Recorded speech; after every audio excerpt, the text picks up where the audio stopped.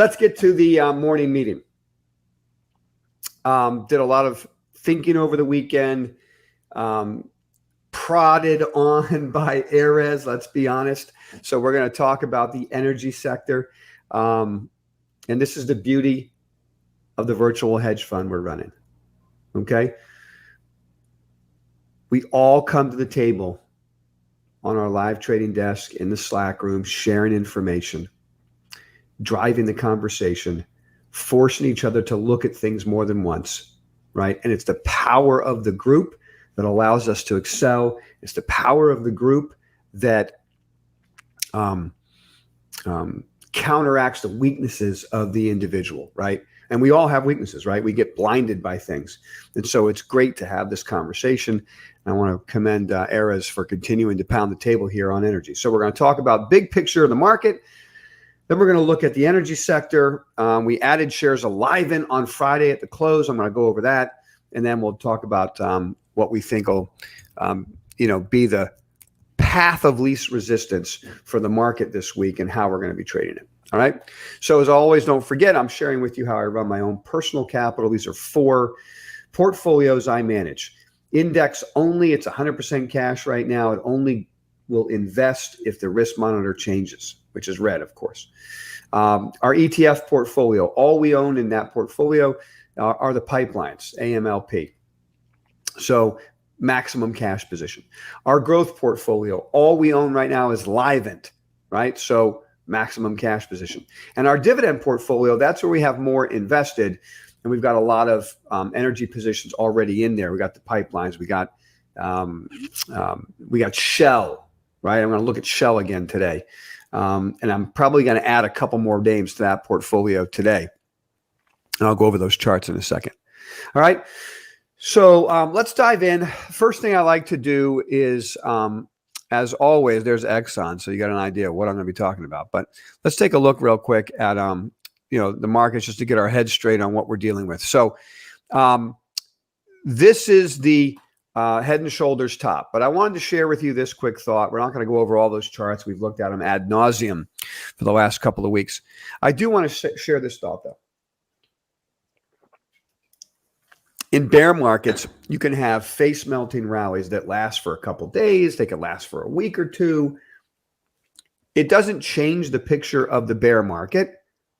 It will give you an opportunity for investing shorts if you want to take those shorts. So after the rip higher that stalls right at key resistance, that's where you put the short out. But between now and then, tradable rallies. Okay. And so we look for what weeks could that happen. And this is the week, if you follow the options situations. Now there's interesting things here. Okay. When the risk monitor is green and the spot gamma option situation is a positive gamma situation, then the options action has a much larger impact on the market. And it has a much higher probability of impacting the market. Right now, we're going through a soul-crushing bear market where big investors, big institutions are doing whatever they can to get out of all of the technology names and all of these other things and figure out where to put their capital, okay? And that's been running roughshod over what we were used to from a probability standpoint getting from options flows. Okay. So having said that, this is the week where you would expect the market to rally into OPEX on Friday. That happened with a high probability and a fair amount of regularity when we were in a positive market, the Fed adding liquidity, all that stuff. All right. So having said that, the probabilities are lower that this is going to work, but it is the expected experience this week. Markets down big into an OPEX. Typically what happens are the puts that are in the money get sold before Friday.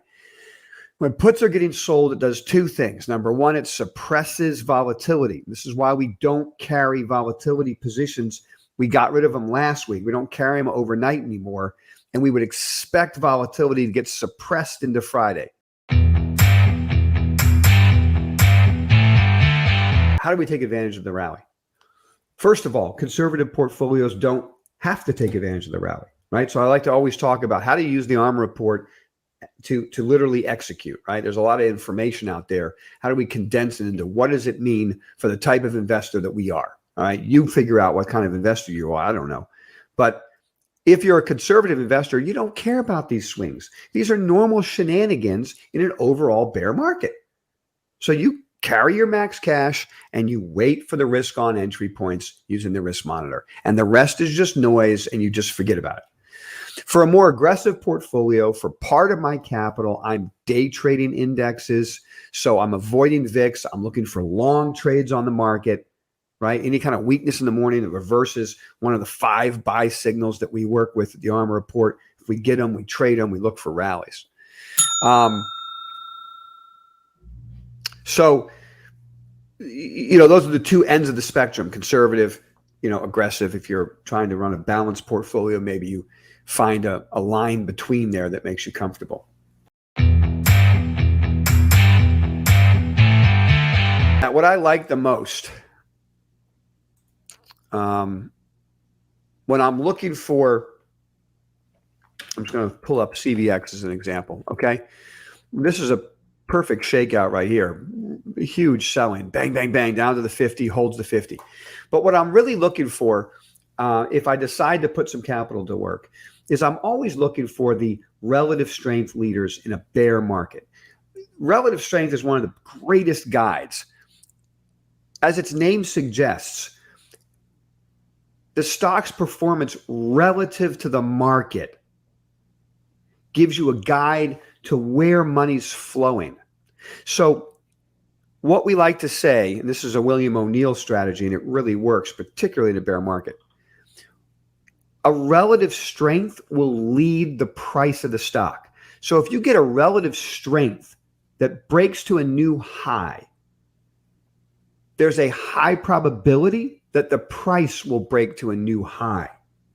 Now, there are very few sectors of the market that are showing relative strength like that, but the number one sector is energy. And so let me be clear here. Relative strength using the O'Neill investing way is totally different than the RSI index. So those of you using technical analysis, I don't know what sources you're using, and you find what you think is relative strength, and you say, oh, it's the relative strength index. Not the case. If you look at the data on relative strength index, that's a calculation of the relative strength of the stock versus itself over X amount of time. Not what I'm talking about. I'm talking about relative price performance, relative strength versus the S&P. This is a key differentiator. Sometimes people confuse it, so please don't get confused. All right? So some of the charts I'm going to look at right now, I'm going to throw 3 charts up here.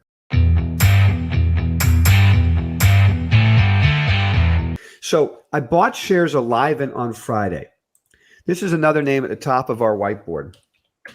Okay? I've been wanting to own Livent. This is my favorite lithium play. Stock was up 30% on earnings. We didn't chase it. We waited for it to pull back. It closed the gap. And then Friday, as it moved above all moving averages, it went above exponential 200, standard 200, above the 50, the 14, the 25, all in one day. Okay? That move right there gets us long Livent with the low of the day as the stop. So this is either going to continue to express higher, okay, or it hits the stop and we're out, pretty quick. So what I'm going to be doing is taking a couple names off the top of the whiteboard. Energy names, Livent. That's it. I know there's a lot of other names out there. I know CF is a favorite name, right? That chart looks great, okay? But the problem is there's a lot of great looking chart patterns over the last couple months that have blown up. Okay? So what we want to do is tread very lightly, go with the highest probability entry points, relative strengths that are blowing out. If we could find a fundamental story like a Livent that is so unique to me, I'm going to give it a shot because that's a perfect chart pattern. Risk on entry point using the individual stock ARMR algo. So I'll give it a shot. And I'm going to take a couple of shots here. This is the week to do it because we expect the market to bounce a little bit this week. So let's take a couple shots. If we make money on these trades, if they're working, and we've earned the right to take more risk, then I might fill out the portfolio a little bit more. But I can tell you right now, in a balanced ARMR portfolio, you won't see me carry more than 30% long when the risk monitor is red and the Fed's reducing liquidity. Okay? So I might get to 30%, and if we're making money, that's great. And when the risk monitor goes green, we've earned the right to take more risk because we're making some money. Okay? But it'll be in a measured way in the best relative strength names with the most liquidity.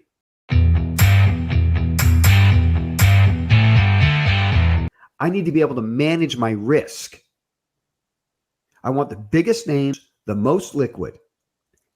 If I earn the right to take more risk, in other words, I put these trades on and they turn into investments because they're working. Okay, the next time I get a window, I might get a little bit more aggressive. All right, so that's how I'm going to be playing this today. And if you want to understand why I'm making this decision finally, it's a combination of a couple of factors. We constantly do the research, and Ares has been on the forefront of that. We appreciate that, Ares. I'm a big O'Neill fan, so I really love, in bear markets, it's so easy to identify where the relative strength is. See, in a bull market, it's kind of hard. There's tons of relative strength leaders. Everything's blowing out. And so this is one of those situations where when the tide goes out, you see what the best names are. They rise to the top. You know what I'm saying? Everybody else is getting crushed, and these are the ones that are collecting capital. But this is probably the chart pattern that really solidified it for me, that Ares added to our Slack room on, I think it was Friday, or maybe it was over the weekend. If we review, it's a combination of this chart pattern and reviewing what happened in the 70s. In the 70s, we had runaway inflation and a Fed behind the curve. Right now, we have runaway inflation and the Fed behind the curve. It was a decade of wild outperformance for commodities, particularly energy. I'm going to get to your question about gold and silver. Someone's asking me that right now in the Slack room. I'm going to get to that in a minute. But energy peaked at over 30% of the S&P valuation. Now, we haven't seen energy at that level in decades. What's been driving the S&P are the big tech names, right? And they peaked at over 30% of the total market cap of the S&P. Take a look at this chart because it's going to show you how early we are in the energy move. Here's where we are. We're at the very bottom of the cycle where tech and energy switch places. Okay? Very bottom of the cycle. Energy was about 2.5% of the S&P when this started. Now energy is about 4.5% of the S&P. It hasn't even started. Then you don't necessarily have to own it when it's 2.5% of the S&P because it could flatline there for a while, which it did. What you want to do is start putting capital to work when you see that ascending move, right? And you want to be there early, and you want to look for setups where relative strength is breaking out and high tight pennants are being built. Because those high tight pennants should work if this cycle that we're looking at right here is really about to get underway. I mean, it's underway now. Is it really about to extend? If it's really about to extend, then Devon is going to walk up the 50. It's going to be doing this 45-degree angle waltz all the way up, right? I might own some shares of HP. There's a four-wave breakout, the pullback to the 50. You might see me put HP in the portfolio right here at the 50. My favorite drilling stock, right? Chevron. This pennant should hold above the 50 if we're at the beginning of that cycle. It's going to walk out. All right. So those are my thoughts for today. Now, I know somebody asked me here, Gabe was asking, what are your thoughts on gold and silver? The dividend yield on Devon is 5.2%, but don't forget on Devon, it's probably closer to 8%, right? Because they do these special dividends throughout the year, right? So there's a regular dividend and a special dividend. They're in the process, Devon, of giving back as much as they can to shareholders. And it's what makes it such a compelling stock to me. PXD.